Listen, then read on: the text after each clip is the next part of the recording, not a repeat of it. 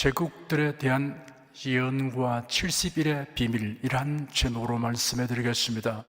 성경에는 천지 창조에서 시작하여 새하늘과 새 땅 새 예루살렘의 도래와 영원에 이어지는 역사의 시작과 과정과 결말에 관하여 기록되어 있습니다. 흔한 사람들이 만물의 존재의 원인과 이유, 그리고 장차 어떻게 될 것인가에 대하여 확실하고 분명한 답을 얻으려고 사색하며 관찰하고 있습니다. 다양한 수단 방법으로 탐색하고 실험과 연구를 하고 있습니다. 그런데 지식과 경험이 더하여 갈수록 사람의 지혜와 능력으로는 도달할 수 없는 것이 매우 많다는 것을 더욱 실감하게 됩니다. 창조주이시며 역사의 주권자이신 하나님의 계시를 떠나서는 궁극적인 답을 얻을 수 없습니다. 이런 엄연하고 당연한 사실입니다. 그러나 참된 신앙이 없는 사람들은 여전히 암중모색을 하거나 허황된 추리에 집착하고 있습니다. 성경의 핵심적 키워드는 예수 그리스도입니다. 아무리 세상에서 박식한 사람이라도 예수 그리스도에 대한 참된 지식과 믿음이 없으면 무지의 수렁을 벗어나지 못합니다. 성경은 예수 그리스도의 오심에 관한 예언 기록입니다. 그리스도의 오심은 초림과 재림으로 구분됩니다. 아버지 하나님의 뜻을 쫓아 독생자 예수 그리스도께서 죄인된 인생들을 구원하기 위하여 대속사역을 행하시려고 세상에 오셨습니다. 초림하신 예수님은 대속사역을 완수하시고 부활승천하셨습니다. 대속이란 예수께서 죄인들의 죄를 대신 담당하여 십자가에 못 박혀 죽는 형벌을 받음으로 그를 믿는 자들이 심판과 형벌을 면하고 죄에서 자유하게 하는 것입니다. 대속, 속량, 구속은 예수 그리스도와 관련하여서 죄인들에게 죄사함과 영생을 얻게 하는 것을 의미하는 낱말입니다. 예수님의 재림과 역사의 종말은 하나님의 주권과 계획 안에서 이루어집니다. 이 비밀이 성경에 계시되어 있습니다. 다만 오랜 세월을 통하여 될 일이므로 여러 시대와 여러 예언자들을 통하여 여러 가지 방법으로 알려졌습니다. 꿈, 환상, 상징, 비유 등으로 암시되고 예언되어 있습니다. 성경의 예언을 자세히 살펴보면 자신이 종말을 향하여 진행되는 인류 역사에서 어느 지점에 있는가를 분별할 수 있습니다. 매우 흥미롭고 감동적입니다. 시대를 분별하게 하는 예언들이 많이 있습니다.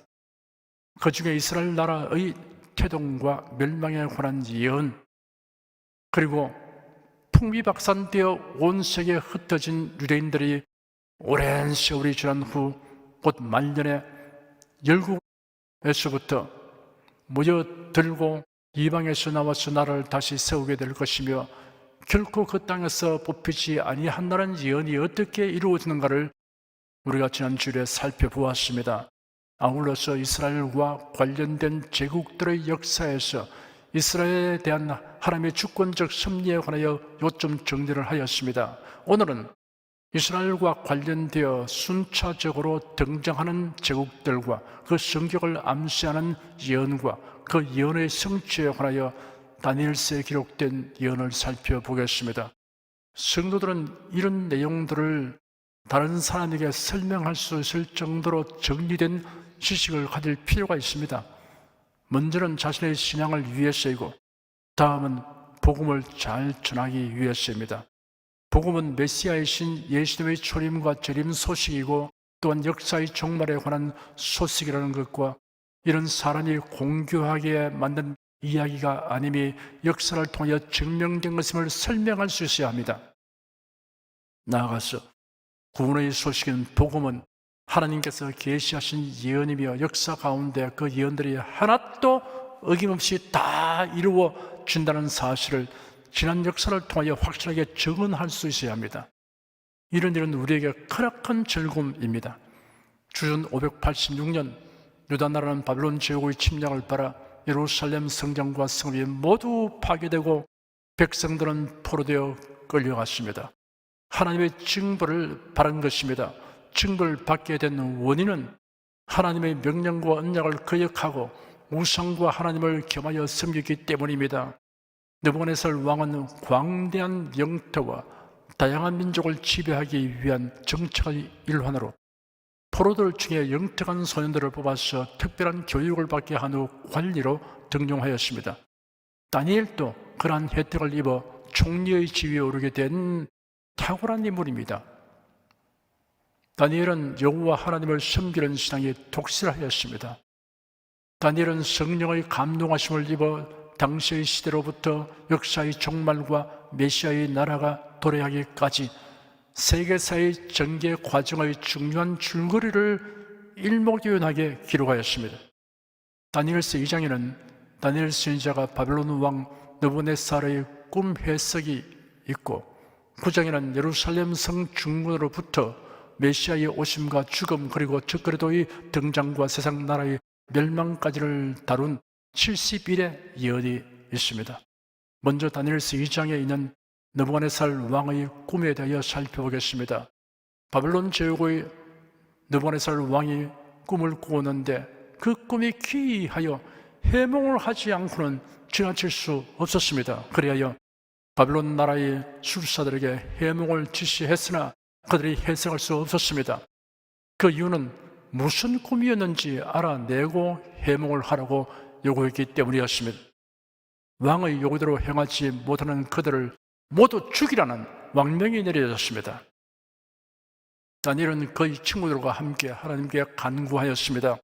그러자 하나님께서 다니엘에게 느부갓네살 왕이 무슨 꿈을 꾸었는지를 알려주시며 그 꿈의 해석도 알려주셨습니다. 왕은 다니엘이 왕이 꾼 꿈을 알아내고 해석할 수 있다는 데 대해 반신반의하여 다니엘에게 말하기를 내가 보았던 꿈과 그 해석을 네가 능히 내게 알려줄 수 있겠느냐 하였습니다. 다니엘은 왕께서 물으신 은밀한 것을 나타내실 자는 하늘에 계신 하나님이십니다. 그분께서 느부갓네살 왕에게 후일에 될 일을 알려주셨습니다. 왕의 꿈, 곧 왕이 침상에서 머릿속에 나타난 환상은 이러합니다 라고 대답했습니다. 다니엘은 이 꿈의 해석을 통해 느부갓네살의 바벨론 제국을 뒤이어 세계를 제패할 제국들이 일어날 것과 종국에는 하나님의 손에 의하여 인류 역사의 종말이 다가오는 인류 역사의 개요임을 다음과 같이 설명했습니다. 왕이 한 큰 신상을 보셨나이다. 그 신상이 왕의 앞에 섰는데 크고 광채가 특심하며 그 모양이 심히 두려우니 그 우상의 머리는 정금이요 가슴과 팔들은 은이요 배와 넓적다리는 노시요 그 종아리는 철이요 그 발은 얼마는 철이요 얼마는 진흙이었나이다. 또 왕이 보신즉 사람의 손으로 하지 아니하고 떠인 돌이 신상의 철과 진흙의 발을 쳐서 부서뜨리며 때의 철과 진흙과 녹과 은과 금이 다 부서져 여름 다장마당의 기같이 되어 바람에 불려 가는 곳이 없었고 우상을 친 돌은 태산을 이루어 온 세계에 가득하였었나이다. 다니엘은 왕의 꿈 내용을 흡사 자신이 꾼 꿈처럼 소상하게 말했습니다. 느부갓네살 왕이 어떤 표정과 자세를 취했을까를 상상할 수 있습니다. 꿈 해석은 두말할 것 없이 정확할 것이라는 확신을 가지게 되었습니다. 왕은 기대감이 가득 찬 가운데 꿈 해석을 듣기 위해 숨을 죽였을 것입니다. 다니엘은 이어서 꿈을 해석하였습니다. 그 꿈이 이러한즉 내가 이제 그 해석을 왕 앞에 진술하리이다. 왕이여 왕은 열왕의 왕이시라. 하늘의 하나님이 나라와 권세와 능력과 영광을 왕에게 주셨고 인생들과 들짐승과 공중의 새들 어느 곳에 있는 것을 물어나고 그것들을 왕의 손에 붙이사 다 다스리게 하셨으니 왕은 곧 그 금머리니이다. 지금으로부터 2600년 전에 발표된 장차 전개될 역사의 개념입니다. 금머리는 바벨론 제국을 상징합니다. 느부갓네살이 금머리라는 말은 느부갓네살이 곧 바벨론 제국이라는 말로서 바빌론 제국이 느부갓네살에게 속했음을 단적으로 나타낸 표현입니다.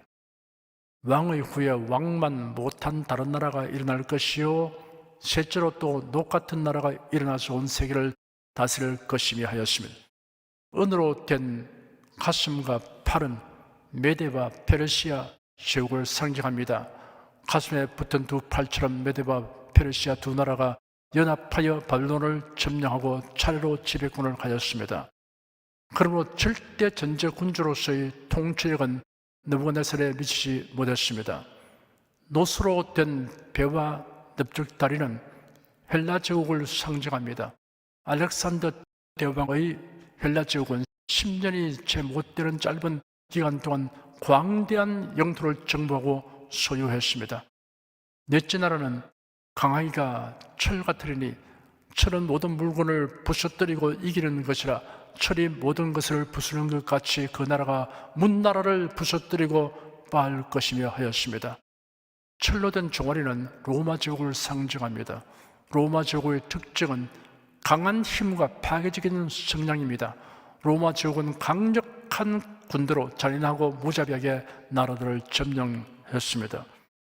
왕께서 그 발과 발가락에 얼마는 토기장이의 진액이요 얼마는 철인 것을 보셨은즉 그 나라가 나눌 것이며 왕께서 철과 진액이 섞인 것을 보셨은즉 그 나라가 철의 든든함이 있을 것이나 그 발가락에 얼마는 철이 얼마는 진액인즉 그 나라가 얼마나 든든하고 얼마나 부서질 만한 것이며 왕께서 철과 진액이 섞인 것을 보셨은즉 그들이 다른 인종과 서로 섞일 것이나 피차에 합하지 아니함이 철과 진액이 합하지 않음과 같으리다 하였습니다. 철과 진액으로 된 발과 발가락은 역사의 종말에 일어날 제국을 상징합니다. 철과 진액이 완전히 결합할 수 없듯이 성격이 서로 다른 나라와 인종들로 구성될 것입니다. 강한 나라와 약한 나라들이 연합된 상태일 것입니다. 종말에는 가장 강력한 지도자가 등장하여 세계 모든 나라들을 좌지우지할 것입니다. 이때가 신상의 열 발가락에 해당됩니다. 이 열왕의 때 하늘의 하나님이 한 나라를 세우시리니 이것은 영원히 망하지도 아니할 것이요 그 국군이 다른 백성으로 돌아가지도 아니할 것이요 도리어 이 모든 나라를 쳐서 멸하고 영원히 설 것이라. 왕이 사람의 손으로 아니하고 산에서 떠인 돌이 철과 눅과 진흙과 은과 금을 부서뜨린 것을 보신 것은 크신 하나님이 장래일을 왕께 알게 하신 것이라. 이 꿈이 참되고 이 해석이 확실하니이다 하였습니다. 사람이 손대지 아니한 산에서 떠인 돌이란 전적으로 하나님이 하신 일이라는 것을 의미합니다. 떠인 돌이 신성의 머리부터 발까지 산산종나게 한 것은 이스라엘 나라가 완전히 멸망하는 것을 의미합니다. 꿈의 내용과 해석까지 듣고 탐복한 느부갓네살 왕이 엎드려 다니엘에게 절하고 명하여 예물과 향품을 그에게 주도록 하였습니다. 역사의 계류가 분명히 나타나 있습니다. 이제 우리는 이미 지나간 역사를 통해서 그것이 성취된 것을 알고 있습니다. 고대 최대의 제국인 바빌론에 이어서 페르시아 제국, 그 다음은 헬라 제국, 그 다음은 로마 제국입니다. 지난날 존재했던 제국들입니다. 그 다음에는 관로 시대입니다. 교회 시대가 숨겨져 있습니다. 그 후에 적그리스도의 나라가 생길 것이고 이런 열 발가락 시대로서 전 세계가 연합되는 거대한 나라가 될 것입니다. 그러나 결국 이 세상 나라는 최종적으로 하나님이 세우신 나라에 의하여 완전히 멸절되게 될 것이 예언된 것입니다. 다음은 다니엘서 9장에 있는 7일에 대하여 살펴보겠습니다.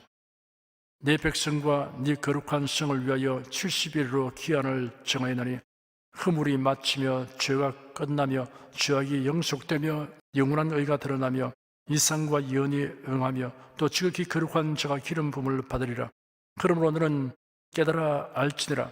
예루살렘을 중군하려는 영이 날 때부터 기름 부음을 받은 자 곧 왕이 일어나기까지 7일에와 62일에가 지날 것이요 그때 곤란한 동안에 성이 중건되어 거리와 해저가 이룰 것이며 62일 후에 기름 부음을 받은 자가 끊어져 없어질 것이며 장차 한 왕의 백성이 와서 그 성읍과 성소를 회파하려니와 그의 종말한 홍수에 음몰됨 가될 것이며 또 끝까지 전쟁이 있으니 황폐할 것이 작정되었느니라.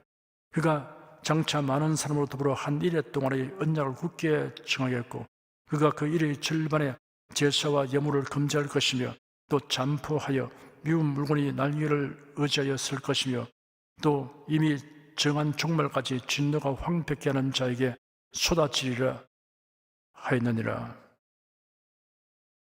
이스라엘을 위해 국가적 영적 구속을 이루실 기간인 70일에 관한 예언입니다.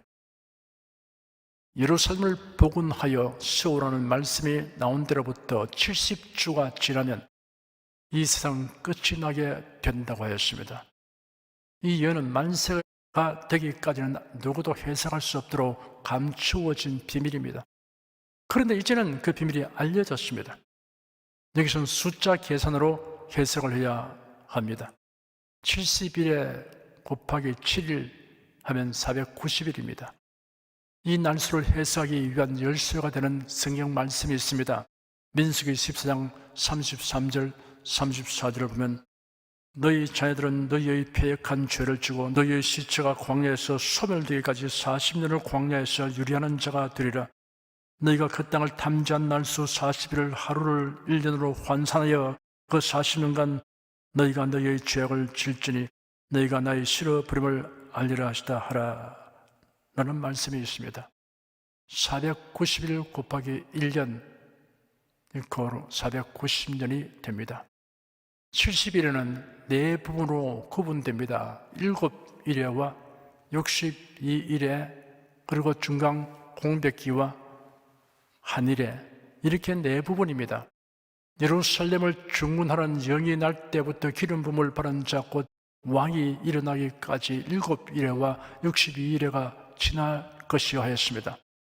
7일을 계산하면 아닥사스다 왕이 예루살렘을 중문하라는 명령을 내린 때가 주전 445년 3월 14일입니다. 예루살렘 성이 중건된 해가 주전 396년이므로 49년이 걸렸습니다. 이는 7일에 정확히 해당됩니다. 그로부터 62일에가 지나면 기름 부음을 받은 자 곧 왕이 일어난다고 하였습니다. 기름 부음을 받은 자 곧 메시아이신 예수님이 예루살렘에 입성할 때를 의미합니다. 7일에 62일을 더하면 69일에가 됩니다. 69일에 곱하기 7일 하면 483일 곱하기 1년 그러면 483년입니다. 그런데 이 횟수는 유대력이므로 태양력으로 환산해야 합니다. 483년 곱하기 유대력 360일 하면 17만 3,880일입니다. 17만 3,880일 나누기 태양력 365일 하면 476년이 됩니다. 아닥사스다 왕이 예루살렘을 중문하라는 명령이 내린 주전 445년에서 476년이 지난 주 32년 4월 6일에 예수께서 예루살렘에 입성하셨습니다. 요한복음 12장에 보면 6월절 명절을 지키러 온 많은 무리가 예수께서 예루살렘으로 오신다 함을 듣고 종려나무 가지를 가지고 맞으러 나가서 호산나 찬송하리로다 주의 이름으로 오신 이 곧 이스라엘의 왕이시여 라고 외치는 장면이 있습니다. 그리고 기록되기를 예수는 한 어린 나귀를 만나서 타시니 이런 기록된 바 시온 따라 두려움 말라 보라 너희 왕이 나귀 새끼를 타고 오신다 함과 같더라. 제 아들은 처음에 이 일을 깨닫지 못하였다가 예수께서 영광을 얻으신 후에야 이것이 예수께 대하여 기록된 것임과 사람들이 예수께 이같이 한 것인 줄 생각났더라 하였습니다. 그 다음은 62일 후에 기름 부음을 받은 자가 끊어져 없어질 것이며 라고 예언되었습니다. 유대인들은 이 구절을 이해하는데 곤란을 겪습니다. 그들은 메시아가 오시면 왕으로 군림할 것으로 기대하고 믿는데 왜 메시아가 갑자기 끊어져 없어지는가를 이해하지 못합니다. 구약의 선지자들은 오실 메시아의 모습을 둘로 예언했습니다. 초림하시는 예수님, 재림하시는 예수님입니다. 고난받으시는 메시아와 왕이신 메시아입니다. 예수님 당시나 그 이전의 사람들은 이 두 가지 모습의 메시아를 이해하는 것이 어려웠습니다. 사람이 겹쳐있는 두 산맥을 멀리서 바라볼 때 그 두 산맥 사이에 있는 계곡은 보이지 않습니다. 이처럼 사람들은 한 분 메시아가 시간의 계곡으로 구분되어 다른 모습으로 오시는 것을 깨닫지 못하였습니다. 유대인들이 고난받으시는 메시아를 원치 않기 때문에 그런 것입니다. 이를 원치 않는 이유가 무엇입니까? 그들은 하나님의 택함을 받고 율법과 예언을 가지기 때문에 구원받는다고 믿는 그릇된 선민의식으로 인하여 속죄의 필요성을 느끼지 않았습니다. 그러므로 죄인을 위하여 고난받으시는 메시아에 대한 예언의 말씀을 그대로 믿으려고 하지 않았습니다. 그리고 애굽에서의 종살이와 가나안에서의 전쟁과 강도기에 포로되는 순환을 겪으면서 메시아가 속히 오셔서 다윗의 영광을 회복해 주기를 바랐기 때문입니다. 그래야 대속의 고난과 죽임을 당하신 메시아에 대한 수많은 예언과 징조를 무시하였습니다. 70주 가운데 이제 69주가 지났고 한 주가 남았습니다. 그런데 69주와 마지막 한 주 사이에 공백 기간이 있습니다. 이 기간이 성경의 이방인의 때라고 불리는 기간이며 교회 시대의 기간입니다. 구약 성경은 이스라엘 나라와 관련된 시대만 언급하고 교회 시대는 침묵하고 있습니다. 마지막 한 일에 관한 예언이 27절에 기록되어 있습니다. 그가 장차 많은 사람으로 더불어 한 일해 동안의 언약을 굳게 정하였고 그가 그 일의 절반에 제사와 예물을 금지할 것이며 또 잠포하여 미운 물건의 날개를 의지하여 설 것이며 또 이미 정한 종말까지 진노가 황폐케 하는 자에게 쏟아지리라 하였느니라. 이 예언이 이루기 위해서는 역사 가운데 두 가지 기이한 일이 일어나야 합니다. 7년 언약을 맺을 두 당사자가 등장해야 합니다. 그가 장차 많은 사람으로 더불어 언약을 굳게 정한다라고 하였습니다. 그는 적그리스도를 의미하고 많은 사람은 이스라엘 백성을 의미합니다. 이스라엘은 69일에 후에 멸망합니다. 70일에 대한 예언에서 69일에 후에 장차 한 왕의 백성이 와서 그 성읍과 성소를 회파하리니와 라고 예언되었습니다. 이 예언대로 추후 70년 로마의 디도 장군이 예루살렘을 공격하여 5개월간 포위한 끝에 함락시켰습니다. 무수한 사람이 살상당하고 이스라엘 백성은 전 세계로 뿔뿔이 흩어졌습니다. 나라 없는 민족이 되고 말았습니다. 그가 장차 많은 사람으로 더불어 언약을 굳게 정한다는 예언대로 되려면 이스라엘 백성이 다시 모여 독립국가를 세우는 일이 일어나야 합니다. 이스라엘이 망한 후 1900여 년의 세월이 흘렀습니다. 이렇게 되고 보니 유대인들이 그들의 조상이 살던 땅으로 돌아와서 다시 나라를 세운다는 것은 상상도 할 수 없게 되었습니다. 그러나 하나님이 예언하신 말씀은 때가 차면 틀림없이 이루어집니다. 누구도 예상치 못했던 이스라엘 국가가 1948년 5월 14일 유엔의 결의로 생겨났습니다. 이사야서 66장 8절에는 이러한 일을 들은 자가 누구이며 이러한 일을 본 자가 누구이뇨 나라가 어찌 하루에 승이겠으며 민족이 어찌 순식간에 나겠느냐 그러나 시온은 구로하는 즉시에 그 자민을 순산하였도다 라고 기록되었습니다. 이스라엘 초대 총리 벤구리온은 이렇게 말했습니다. 이스라엘에서는 현실주의자가 되기 위해서는 기적을 믿어야 한다. 어느 전문가가 불가능하다고 말한다면 다른 전문가를 데려오라. 이래야 유대인들은 힘을 합쳐 사막에 장미꽃을 피우고 농토를 개간하며 산업을 일으켜 국가 경제를 부강하게 하였습니다. 하나님은 아모스 선지자를 통하여 예언하셨습니다. 내가 내 백성 이스라엘의 사로잡힌 것을 돌이키리니 저희가 황무한 성읍을 건축하고 거하며 포도원들을 심고 그 포도주를 마시며 과원들을 만들고 그 과실을 먹으리라. 내가 저희를 그 본토에 심으리니 저희가 나의 준 땅에서 다시 뽑히지 아니하리라. 이는 내 하나님 여호와의 말씀이니라. 이스라엘의 최종적 복귀는 그 땅의 영구적인 주거를 의미하는 것입니다. 그러므로 어느 나라도 이스라엘을 축출하지 못할 것입니다. 이제 남은 일은 성전이 재건되는 일입니다.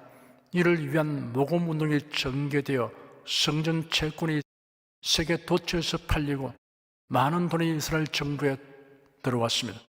그래야 성전을 짓기 위한 만반의 준비가 마련되어 있습니다.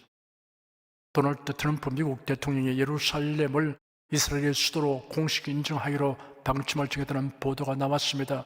중동 지역의 반발을 예상하면서도 백악관은 11월 27일 국가안보 수석 보좌관 회의를 열어 이러한 방안을 결정하고 곧 발표할 예정이라고 하였습니다. 놀랍게도 러시아가 2017년 4월부터 예루살렘을 이스라엘의 수도로 공식 인정하였습니다. 이것도 하나의 징조입니다. 한 일에는 세계 역사의 종말, 곧 그리스도의 재림 직전에 있을 7년 대환란 시대로 적그리스도의 활동 시기입니다. 적그리스도는 이스라엘과 언약을 맺고 그들의 신앙의 자유를 허락하나 그 후한 부인 3년 반의 기간에는 자신의 실체를 드러내어 그 언약을 일방적으로 파기하며 본격적으로 하나님을 대적하고 핍박하게 될 것입니다. 그가 강파여 미운 물건이 날개를 의지하여 쓸 것이며 또 이미 정한 종말까지 진노가 황폐케 하는 자에게 쏟아지리라 하였느니라 하였습니다.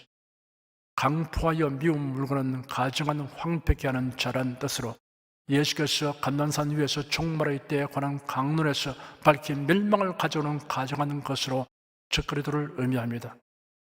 이미 정한 종말까지 진노가 황폐케 하는 자에게 쏟아지리라 하였습니다. 이런 적그리스도의 완전한 괴멸이 성취될 아마겟돈 전쟁을 암시하는 것입니다.